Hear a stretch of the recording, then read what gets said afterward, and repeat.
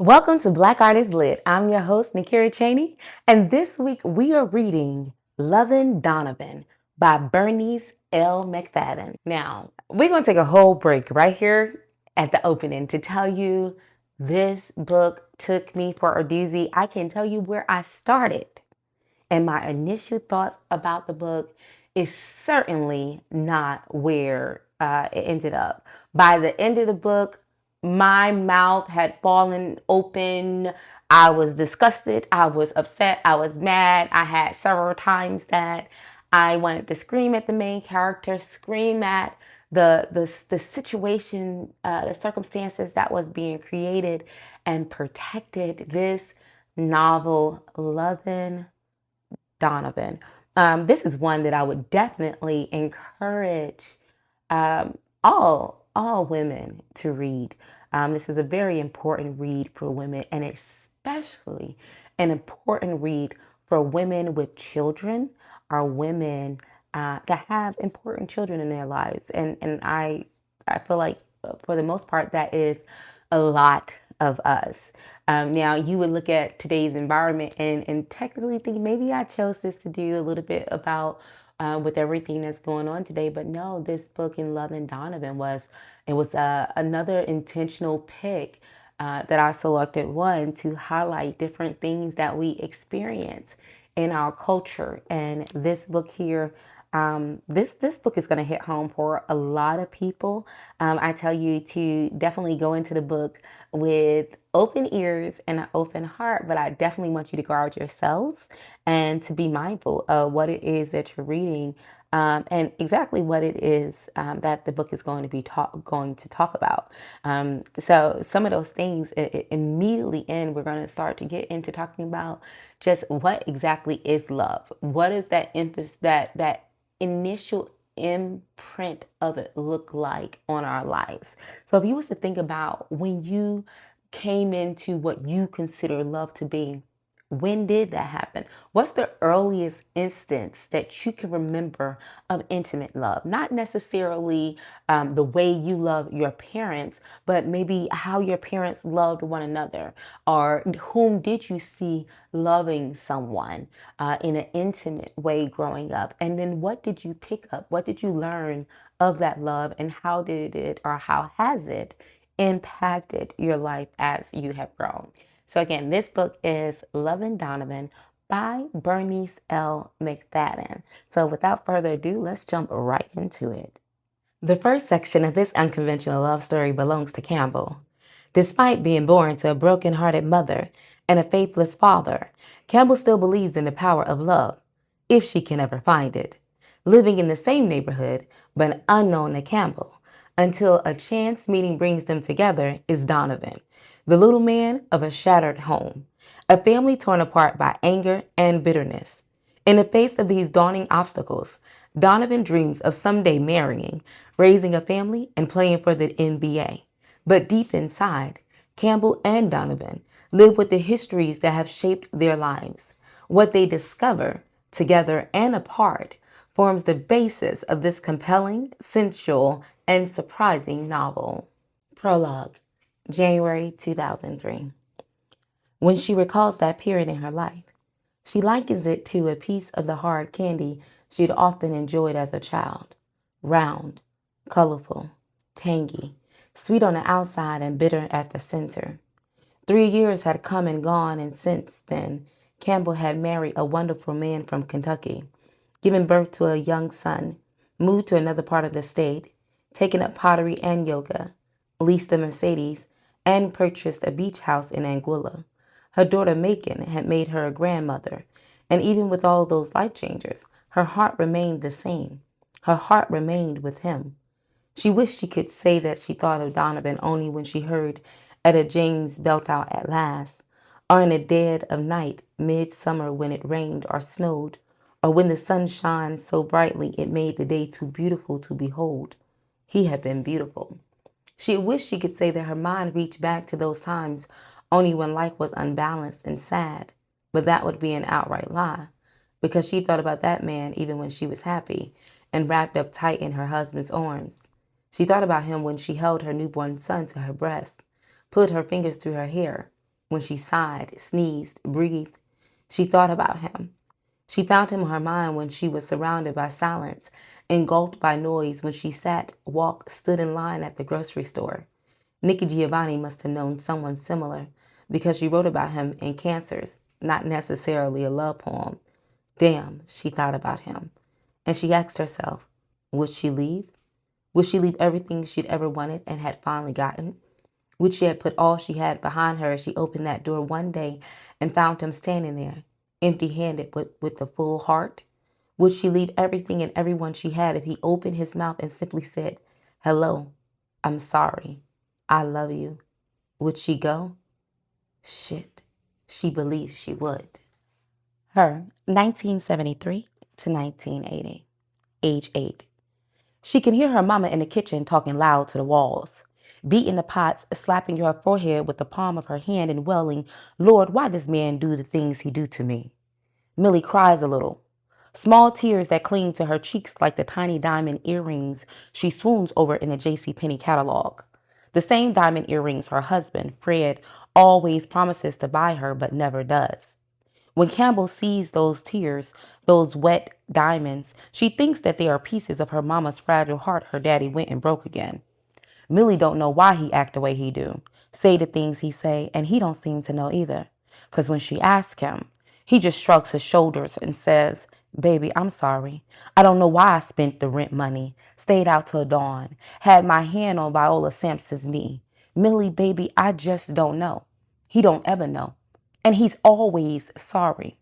Sorry is what he says all the time.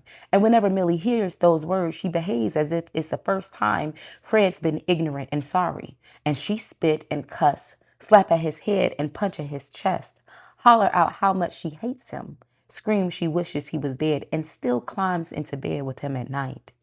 Luscious says Millie married Fred because she felt she was getting old and was afraid she would end up a spinster, sitting out on the porch alongside her shooing flies and cuddling cats in her lap instead of babies. That's why your mama married your daddy. I don't think it was love, not the real kind that makes you walk with your back straight and your head high, she tells Campbell. I think I walk with my back straight and I ain't in love, Campbell thinks to herself. Your mother ain't never been known to step in any dog shit or get the sole of her shoe messed up with gum. You know why? Luscious asks and cocks her head to one side. Campbell shakes her head and waits. 'Cause your mama always walks slumped over with her head down. Campbell rolls her eyes into the left and thinks about what Luscious says. And in her mind's eye, she sees her mama walk into the supermarket, the laundromat, and the butcher shop, head down.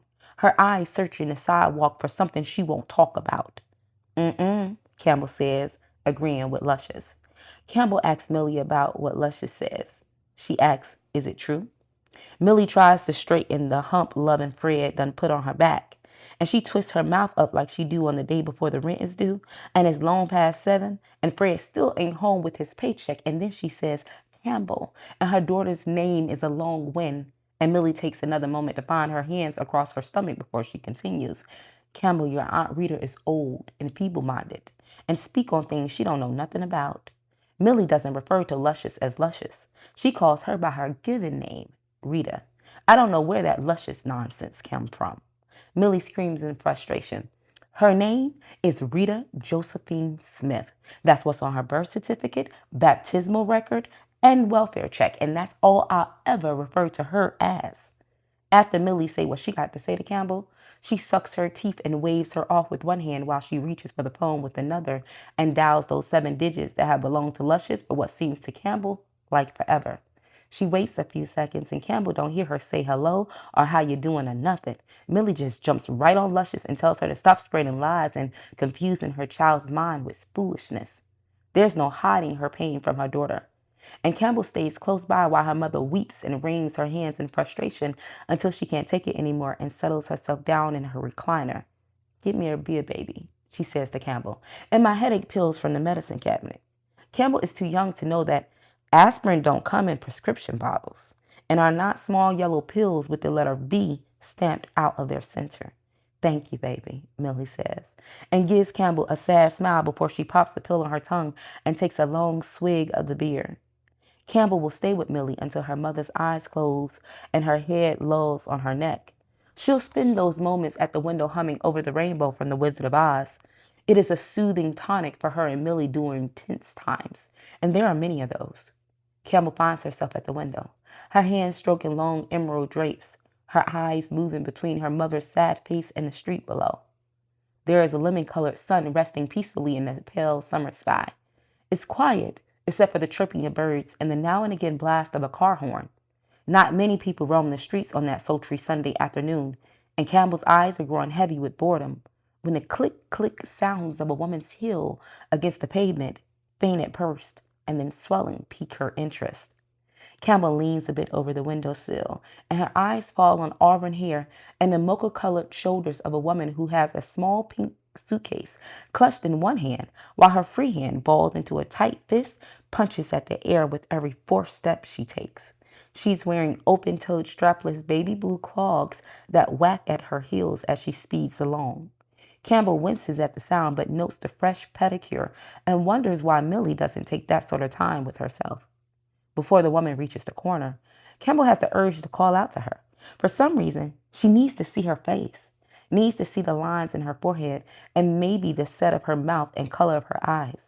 But she's only 8 years old, and that would be out of place. And Millie would call her mannish and groan and probably twist her ear or pop her upside her head. So she bites her lip against the urge, and the woman disappears around the corner, taking the punch in hand and the clicking, whacking sounds with her. Millie begins to snort, and Campbell turns to look at her. She observes the messed up hair and salty tracks her tears have abandoned on her cheeks.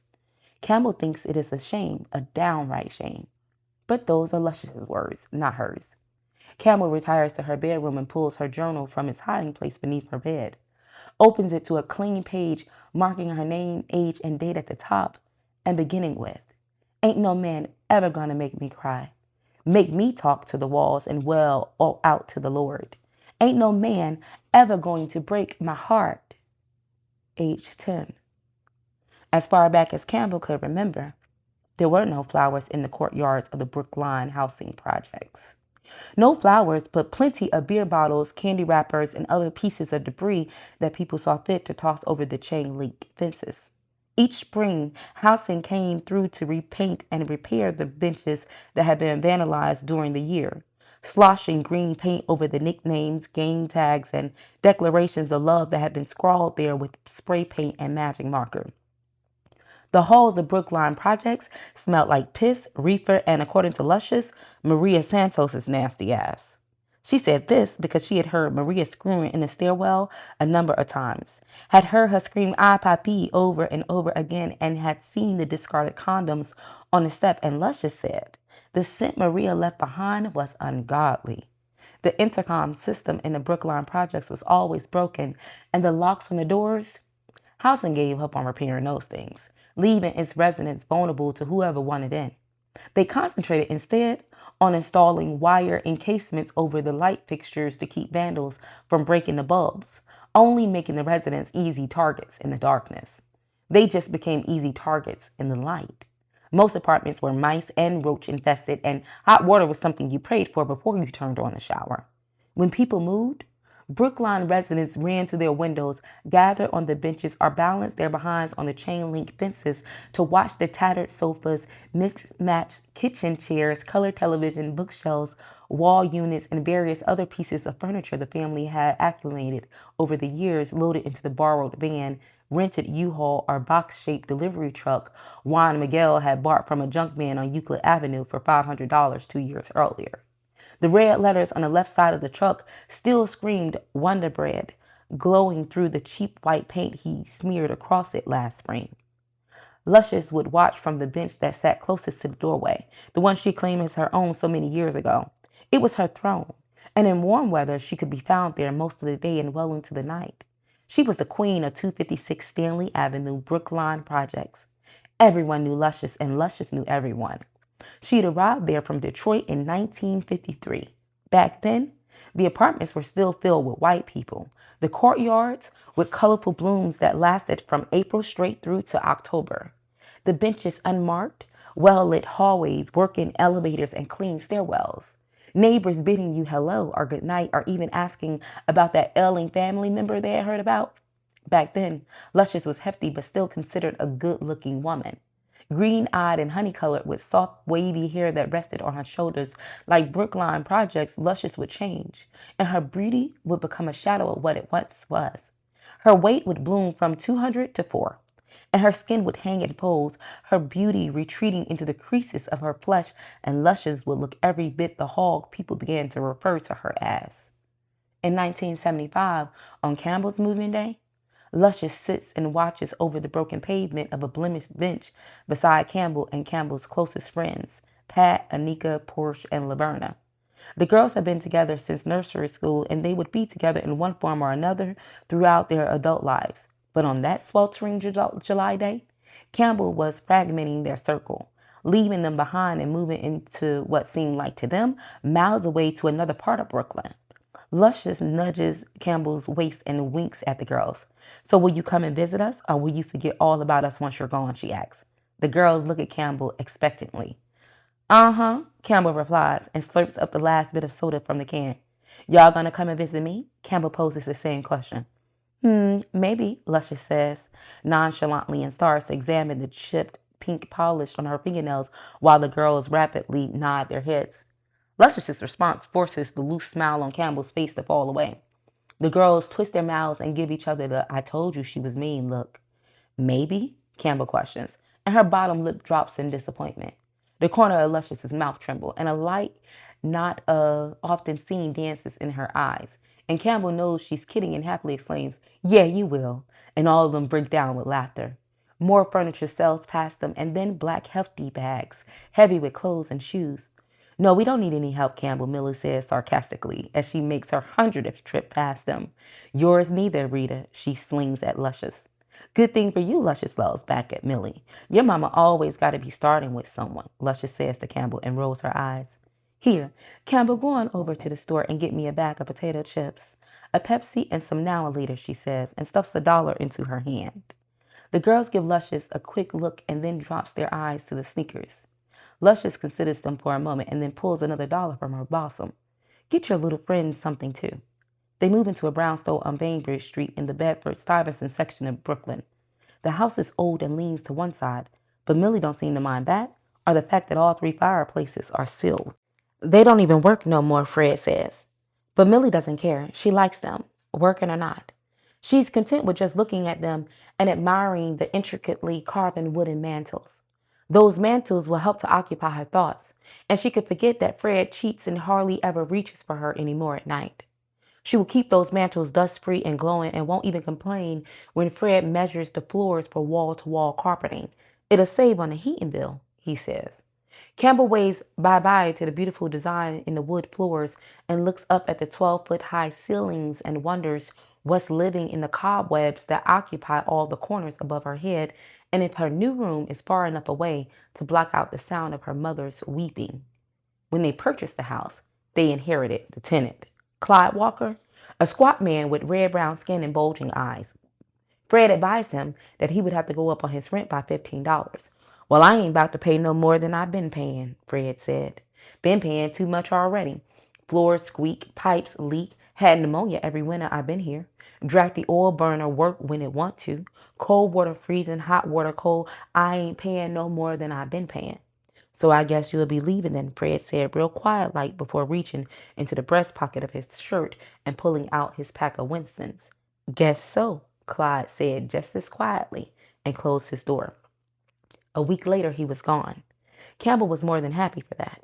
She had encountered him a few times sitting out on the front step, his back resting against it, his hands working at something deep inside the pockets of his pants, his mouth tolling away at the red and white striped peppermints he constantly sucked on. "Hello, pretty girl," he would say. But his words were oil slick, and something about the sound of his voice and the way he looked at her made Campbell's skin crawl. Yes, she was more than happy to see him lumbering down the sidewalk, suitcase in one hand, overcoat in the other, goodbye and so long selling over his shoulder. Good riddance. 2 weeks after that, Clarence Simon rang the bell and inquired about the sign Millie had placed in the front window. "Apartment for rent." Millie showed it to him, moving through the small space, pointing out things like the women that showed the prizes on the Price is Right. "And here we have The bathroom is over to the left. The rug was just shampooed and the windows cleaned. She spoke softly as she glided through the house with her practiced smile. Already furnished, but still plenty of room for anything you might have, she said as she admired Clarence's long, lean body and dark, neat suit. 200 a month, including light and gas, she said, and her eyes dropped to his well-manicured nails and a black snakeskin briefcase with the gold letters that gleamed right below the handle. This is fine, Clarence said as he counted out 1 month's rent and 1 month's security. He moved in the following Saturday. Him and his friend, Clarence, Simon, and Aud Johnson, roommates. Fred peeked through the curtains again. He tell you he was going to share the place with someone? Millie wrung her hands nervously and paced at her husband's heels. No, but did you even ask? No, I didn't think to. Shit, Millie. Can't you even handle business right? Fred never took his eyes off Clarence and Aud. He stayed at that window until every last box, suitcase, and lamp was off the sidewalk and in his house. 2 men, I don't know, Fred said when he finally turned around to look at his wife. Clarence's friend, his roommate, Aud, was barely 5 feet tall with midnight skin and a broad chest. Dagger tattoos dripping blood graced his left and right biceps. A shag of hair hung at his chin, and he would plait it into 4 braids, clasping the ends with multicolored rubber bands. Campbell thought he was handsome, in a jailhouse sort of way, even with the fishhook scar that started at the top of his right ear and ended in a curve just above his cheekbone. You make sure you stay away from him, both of them, Fred warned Campbell before throwing Millie a nasty look. They mess up one time and they're on the street, he said. All claimed to work construction, but he seemed to be home more often than he was at work. From what Campbell could tell, he spent most of his days chain smoking, drinking beer, and blasting his Rick James albums. You could hear everything through the heating vents, everything. Clarence, on the other hand, told the way as a paralegal for a number of prestigious downtown law firms. Well, at Lieberman, Hertz, and Fitz. We don't have to. At Lieberman, Katz, and Jacobson, we always, I may have to look for another job because Lieb, Howard, and Cole. Clarence changed jobs regularly. 6 times in the first 3 months they'd known him. Miss Loring, Miss L, hello, he sung through the door one day. I picked you up a little something, just a little gift, to celebrate the house. And well, you've been such great landlords, a little housewarming / appreciation gift, I guess. Clarence had a tendency to babble. He shoved a small red and white striped box at Millie. Oh, she exclaimed as she looked down at the words, Junior's World Most Fabulous Cheesecake. Oh, she said again, and then smiled with delight. You really shouldn't have gone to so much. Oh, it was no trouble at all. It's strawberry cheesecake, my favorite. Do you like cheesecake? Strawberries? Stupid me. I really should have checked with you first, shouldn't I? I mean, you could hate cheesecake, be allergic to strawberries even. I had a friend that was allergic to strawberries. He would just swell up like a big red ball whenever he had one. How could anyone be allergic to a little old strawberry? I mean, they are the sweetest things. Now, blackberries, yuck. I hate those with a passion. I could understand a person's body breaking out in hives after having one of those things, although some say the blacker the berry, the sweeter. Oh, look at me going on and on. Clarence finally took a breath, and Millie took one right along with him. Campbell, who had been listening from the kitchen, just giggled to herself. I love strawberries and cheesecake. Thank you so much, Millie said, and another warm smile spread across her face. You're welcome. Very, very welcome, Clarence said, and surprisingly turned and walked upstairs without another word. Yeah, he's got plenty of sugar in his tank, Fred commented afterwards as he grabbed a glass from the cabinet. Oh, Fred, some men are just a little feminine and don't mean he's gay.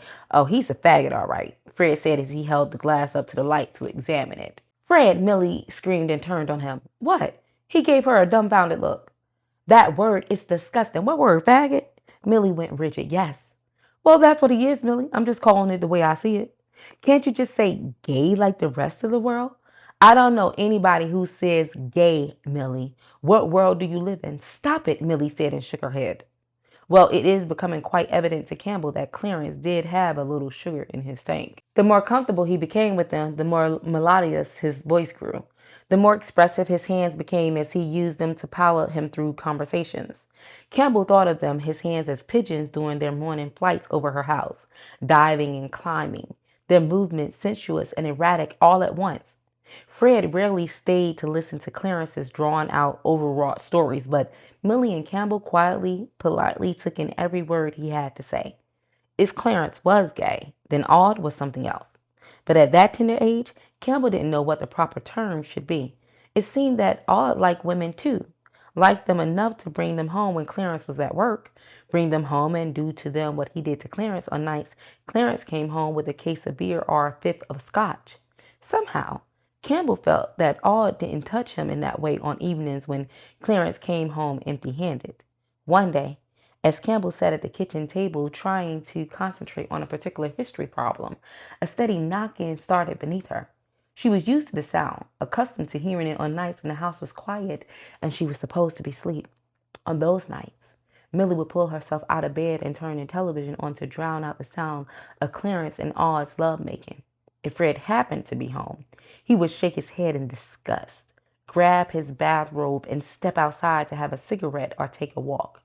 It was always over quickly, just as Fred flicked the glowing butt of his Winston onto the street or rounded the corner that happened to have a working payphone. But on that day, the sun still was high in the sky and school children playing hopscotch on the street. The knocking sound was annoying and Campbell thought it inappropriate for that time of day. She slammed her pencil down on the table and pressed her hands over her ears until curiosity overwhelmed her and she scurried from the chair down to the floor to press her ears to the bed. She heard a woman's soft giggle and then Aude's voice thick and guttural. "Whose pussy is this, bitch?" And the thumping sounds became louder, faster. "Yours, yours," the woman screamed. Campbell's eyes bulged. Whose? Aude." Campbell remained at the vent, alternating ears, ignoring the pain the beige and white linoleum was causing on her soft knees. She was mesmerized with the lewd call and response game Aude and his lady friend played. Whose? Aude." Millie called from work just as she did every day at 4. "Hello?" Campbell answered breathlessly, the sudden ringing of the phone catching her off guard and making her feel guilty. "What you doing?" Millie asked suspiciously. "Who's there?" "No one. I was in the bathroom." "Uh-huh." Millie announced that she would be detained at least another hour and said for Campbell to remove the frozen chicken parts that she planned to fry for dinner that night. "Is your father home?" she asked as an afterthought. But Campbell knew that Millie had wanted to ask that question at the very beginning of the conversation. "No," she sighed, her eyes glued to the vent, her ears straining to hear what she was missing. Fred had not come home from work yet.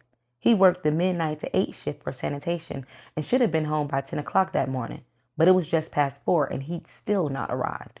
Millie was quiet for a moment, then offered a quick goodbye before slamming the receiver down in its cradle. Her mother's orders forgotten, Campbell rushed back to the vent. Just as she was getting herself situated, the front door swung open and Clarence whisked in, hands laden with shopping bags. "Hello, Princess Campbell," he sang before gliding down the stairs to his apartment. "Hey," she yelled back. She'd barely been able to get to her feet before he breezed past the door. If it had been closed like it was supposed to be, she wouldn't have had to move at all, but she had gotten so used to it being open when her parents were home and had taken to doing the same. She could hear Clarence jiggling the lock, could hear the keys clinking together as Clarence became more and more frustrated. He breathed and then sucked his teeth before knocking on the door. He knocked softly at first and then called to Aude through the door. "Aude! Aude, you got the double lock on. You know I don't have a key for that. Aude?" Aude's feet hit the floor.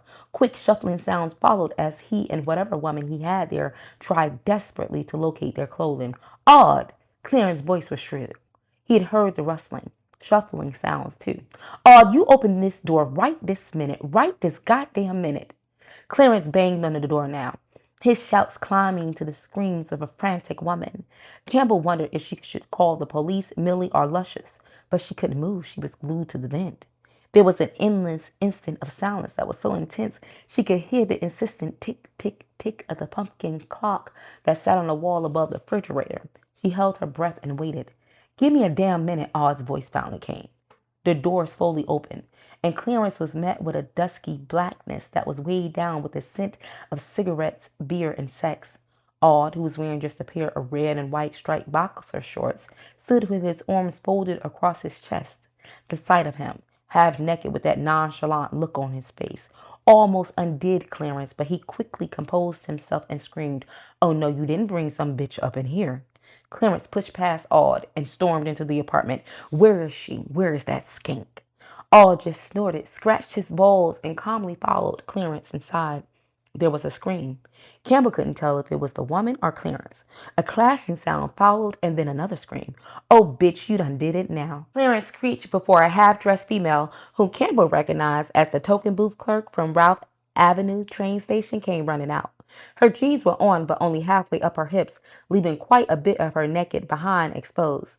She took the stairs two at a time, her face a canvas of terror. Clarence was on her heels, his long fingers grasping for the shoulder-length synthetic hair that flared out behind her like a woolen cape.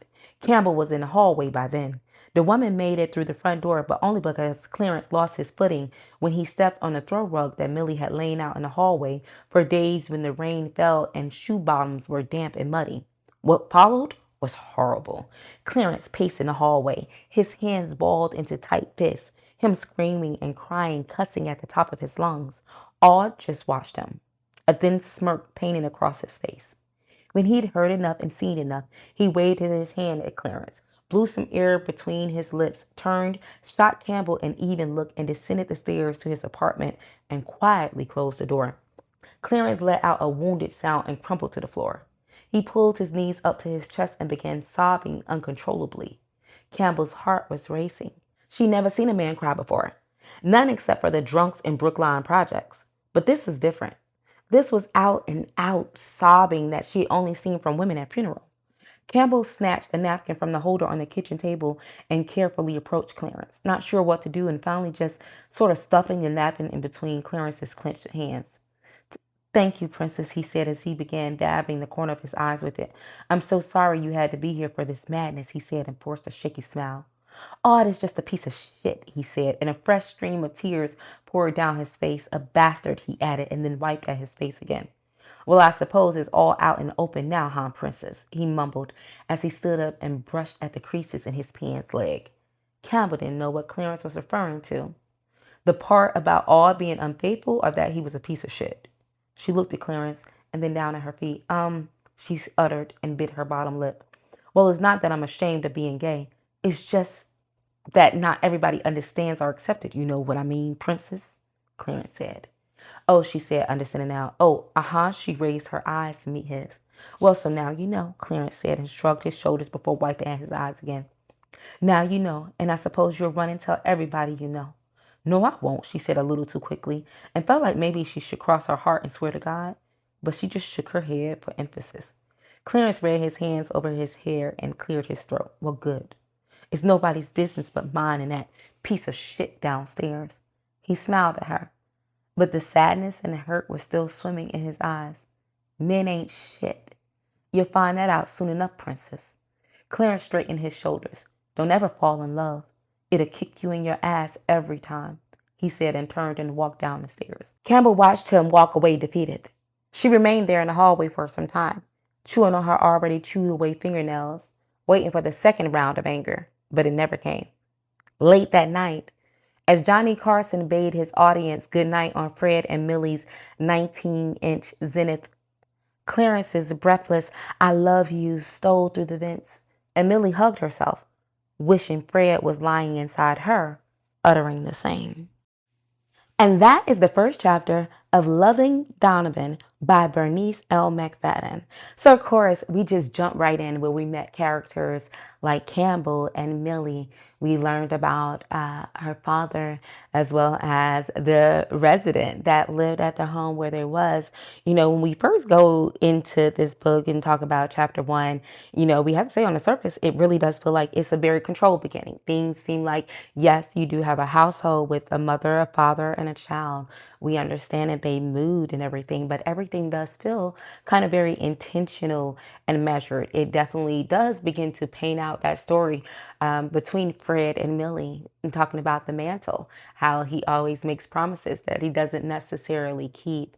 Not just that, but it starts to build a little bit of that longing that we also see that Millie is having for Fred. So we're being invited into something, but it doesn't necessarily tell us exactly what it is. But it definitely does not feel like just this. You don't just walk into this Bill Street style love affair, right? We're not talking about Bill Street. This is not Memphis. You can tell a little bit of something else. You can see a little bit of the cracks. There's something about the way that this introduction like kind of begins to unfold that does make me want to slow down just to pay a little bit of attention and know, okay, who is Campbell and what exactly is she telling the story about?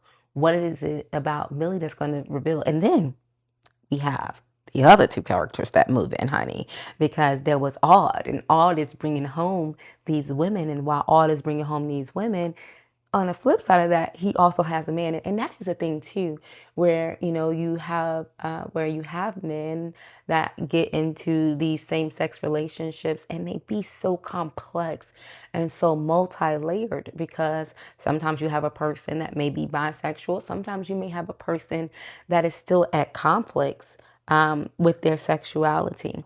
And in that conflict with their sexuality, they may do things like what you see between Quad and Odd, where that partner is still bringing home women in your household. And then you have that other person there that is going between one, they're gay, and also the shame of that because he said, I guess you're going to tell everybody. It was more, concerning that you're going to tell everybody that I'm gay than the fact that here I am with my man cheating on me and bringing someone else into our household, right? It's definitely really interesting and just when we go into there, it definitely brings us in with a little bit of tension between just the household that we are brought into and then the one we come into, right? And we understand that first impressions are important. We know that it's the right energy at the right time. That's what feels like alignment. That's what feels like destiny.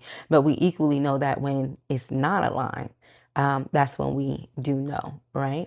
So as we move forward in this book, the one thing I want you to think about if you decide to continue forward is what feels aspirational versus what feels curated.